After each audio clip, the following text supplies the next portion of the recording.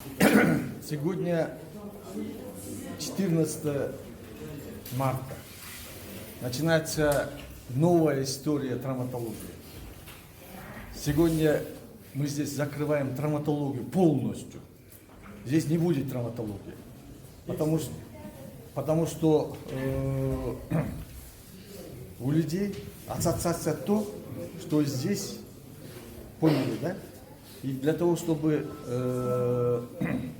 исправить эту ситуацию, мы травматологии завтра 2 часа открываем Логвиненко Московская на 350 коек. Там такая больница, которой в Бишкеке, в Кыргызстане нет. Условия такие. И завтра вы посмотрите. И экстренная травматология мы уже начали принимать в национальном госпитале. И там начинают принимать экстренные травматологи. Здесь травматологии не будет. Здесь будут другие отделения. Сейчас главврач доложит о том, где какие отделения будут. То есть справедливость восстанавливается. Раньше здесь 70 лет была клиника скорой медицинской помощи.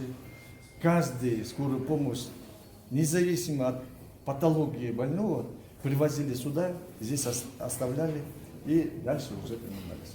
А в настоящее время, знаете, да? 2-3 часа крутится скорая помощь по городу, и в конце концов мучаются и больные, и мучаются и все.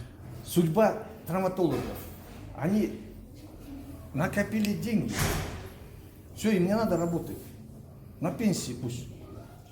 Их шеф, оказывается, говорят, 40 стран позвали, да? Я им сказал, я помогу, какие страны попадете.